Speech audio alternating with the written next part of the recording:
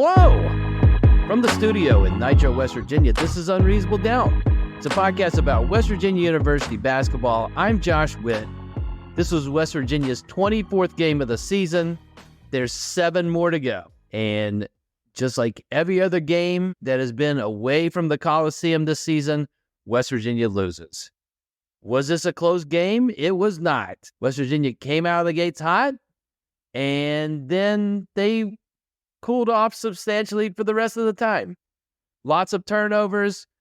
You look at the stat line at halftime, West Virginia shooting the ball well, but they turned the ball over a ton, and it wasn't as bad as it was in Austin, but still fairly bad. You know, that was a bad first half when you look at it all, but then you shot well, so it makes it look actually better than what it is because West Virginia has proven that they cannot keep the shooting up in the game pretty horribly and somehow only lose by 15. Like the line was 12.5. TCU was a 12.5 point favorite. And there was a scenario, West Virginia's down 16 with a minute left, where the starters are still in the game, the starters plus Noah, and you could see them. TCU's got it in the bag. Backdoor cover. Like West Virginia loses by 12, which would be insane. But that didn't happen. And Seth Wilson did not play on Saturday. He played the night. He did not score. 5 points from the bench. And Jesse Edwards, not a good game. 2 flagrant ones, which if you had 5 fouls, I guess they all can be flagrant. Like in my head, a flagrant one, if you have another one of those, then you get kicked out of the game. This is what I learned tonight. You get kicked out of the game, but you can stay on the bench if you had 5 fouls. You can also stay on the bench and stay in the game if you have 5 flagrant ones. I think 2 doesn't get you kicked out of the building. I mean, where do we go from here? Coach Eilert did not say this was my fault. No self-reflection on this game. Definitely focused on what he saw on the court, which is the other team wanted it more. The other team had more to play for. And now you are 24 games into the season. You have guaranteed that you're not going to win more than you lose for the regular season. So mark that in the books. Losing regular season. Still somehow West Virginia, they have to win every game the rest of the season, which is not going to happen. And then win what? That gets them to 15 and 16. And then you have to win 3 games in Kansas City. And then technically you could finish with a winning record. But that is not going to happen. So now what? What do they have to play for in these next 7 games? There's 4 at home. Let's throw out road wins. I don't think it's going to happen. So you've got 4 home games, and they are against Baylor. They are against UCF. Then you've got Texas Tech, and then TCU comes to Morgantown. The goal remains the same. You got to get the 10 wins. Got to get the double-digit wins. So can West Virginia win half of their remaining home games? I think they can. Baylor's going to be difficult. Texas Tech is going to be difficult. West Virginia's fared well against TCU in Morgantown historically. This is a different season. I totally understand that. But it's not like they can't beat TCU in Morgantown. And it's not like they can't beat UCF in Morgantown. But you gotta have some things go your way here. In that, and by things going your way, I mean you gotta play better defense. Are they capable of doing that? What about this? Let's just cards on the table. Josh Eilert, he's got 7 games plus whatever happens in Kansas City. And that's his resume. And he got dealt a crappy hand. And it was in the non-conference. But what if Josh Eilert goes back to thinking he's only got 9 scholarship players? Because that was rough to watch. It did produce some wins. And yes, with more guys, this team did beat Kansas at home. That happened. Beat Cincinnati, beat Texas. But in the throwing things on the wall to see what sticks, what about just playing 8 guys? Let's run it with 8. Let's call timeouts just to get guys' breath because they're out of gas. Let's go back to, do they have enough gas in the tank? I just want to try something different. What if, and here's the best part, is that West Virginia is 8-16. Their next 6 games, somebody could be flipping around on their cable package and run into a WVU game.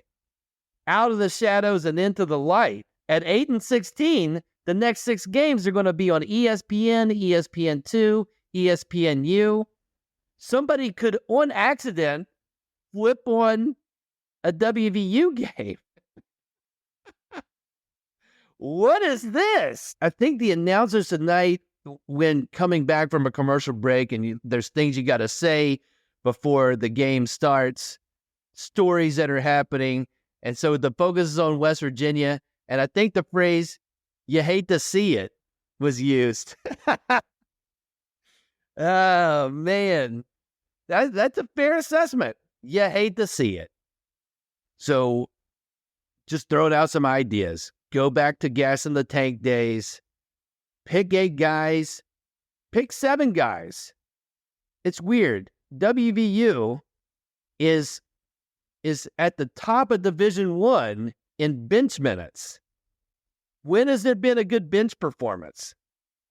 When's the last good bench performance for WVU? And believe me, it's not just one thing.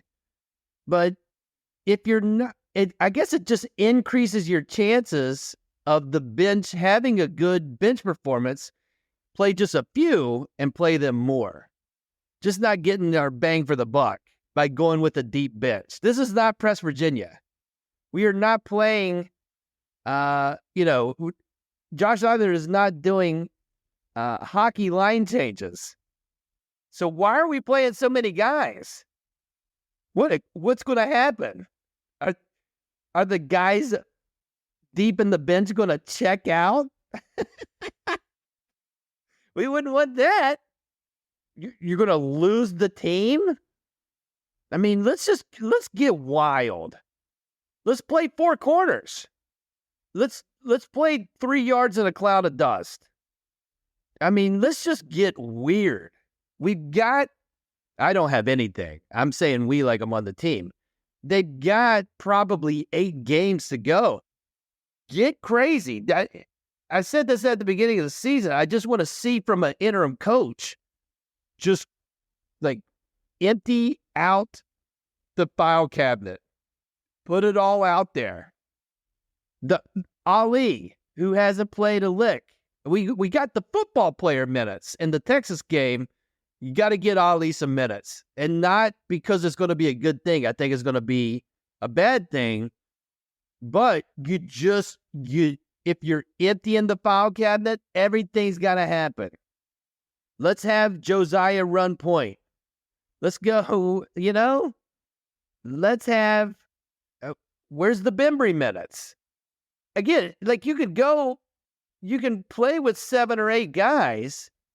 Go for it. Draw straws. Let's see quad towers. Let's go Edwards, Sumnick, Quinn, a Cook, and a guard out there. I just want to see just some way out there. What is happening? This is strange. It's the best time to do it. Because if you're bouncing around on cable and you're watching WVU, do you want to check in and it's like, you hate to see it? Or do you want to see Now, this is an interesting approach. West Virginia's playing, I've never seen this, a 4-1 defense. You ever seen a 4-1 zone? Let's get wild. Let's do a 1-1-1-1-1 and have it spin like a pinwheel. Let's get nuts. I just want perfect time for out-of-the-box thinking. You've got the year. I made the mistake of going out on Facebook to see the comments after tonight, when WVU men's basketball posted the final score for tonight. And the comments section in Facebook, I assume, for anything that has more than one side to it or something negative, that it's going to be a dumpster fire. The first GIF I saw was an actual dumpster fire. It was very on brand. But you go there and they're like, fire the interim coach, and they're not going to do that. He's got the season. Nothing gained by, and I don't think it's fair, understanding this is what Josh Eilert inherited. It's been a crazy season. They showed the stat. Like, let's be very clear. You could have stability in the coaching staff, and if you lose this many games from this many starters in a group that hasn't played together, it's tough sailing. Josh Eilert's not going anywhere.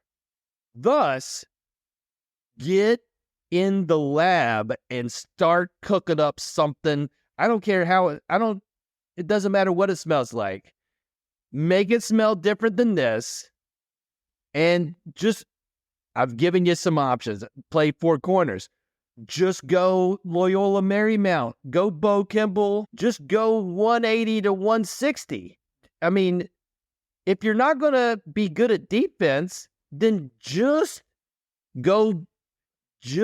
run out and get whatever shot you're going to get. Like, just go wild. And the worst that can happen is that you have one more than the John Hargett season, and you've won more games in conference than the Jonathan Hargett season, and you're going to go to the Big 12 tournament that the John Hargett team did not even go. That was back when the Big East said, "Hey, last place, take a hike. You're not making the Big East tournament." So just go for broke. Get weird.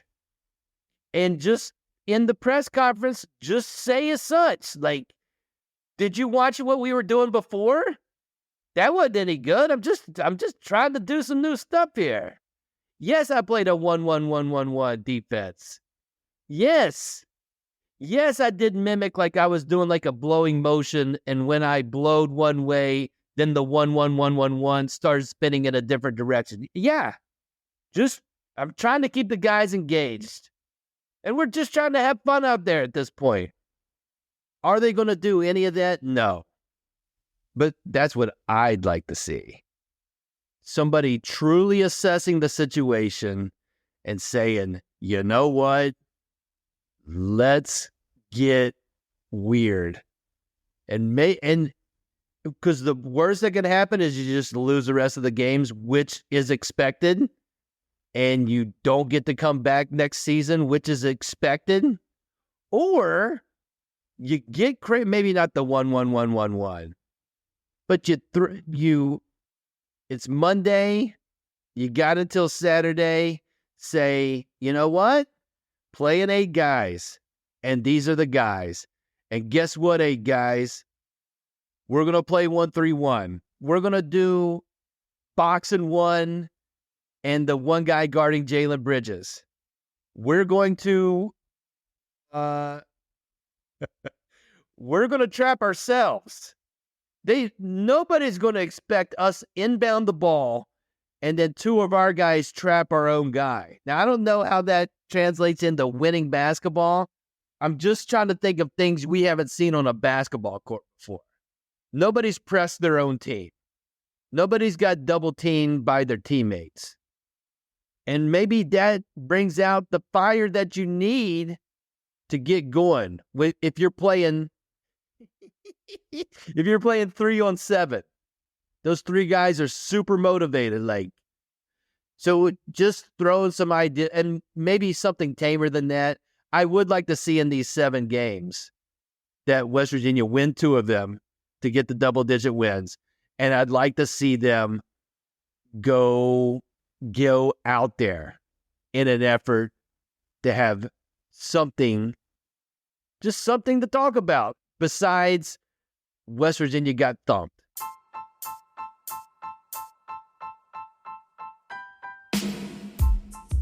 Unreasonable Doubt is under the Smoking Musket umbrella. Another podcast under the Smoking Musket umbrella is West by Pod. Joel, Jordan, they break down WVU football, and the WVU football schedule for 2024 is out. There's a full bye week. They start with Penn State. Did you see that one coming? They go to Arizona. All the reactions from Jordan and Joel on the 2024 WVU football schedule. It's on the podcast. Listen to West by Pod. Go to smokingmusket.com. Check out the Discord. Do all the things. Smoking Musket. The next game for WVU is Saturday, 6 p.m., ESPN2. Mountaineers back in the Coliseum to face the Baylor Bears. This is our one chance to play Baylor.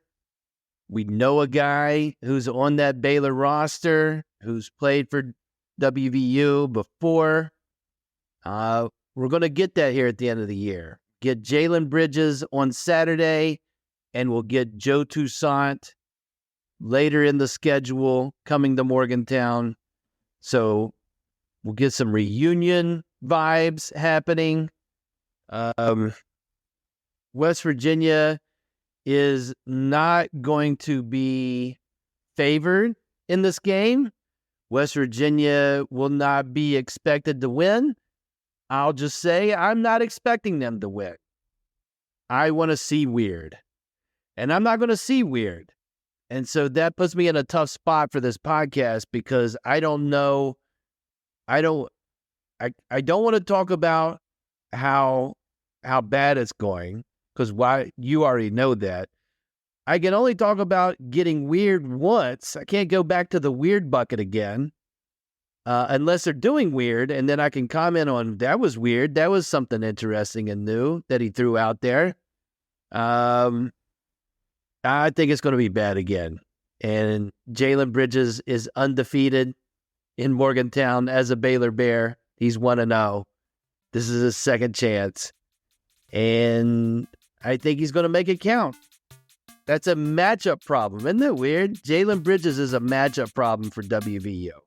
That's it for this episode of Unreasonable Doubt. Listen on all the platforms, or just pick one: Apple Podcast, Overcast Podcast, Spotify Podcast, Amazon Podcast, Pocket Cast Podcast, YouTube. Until next time, I'm Josh Witt. WVU for the 2023-2024 season. They have 8 wins and they have 16 losses.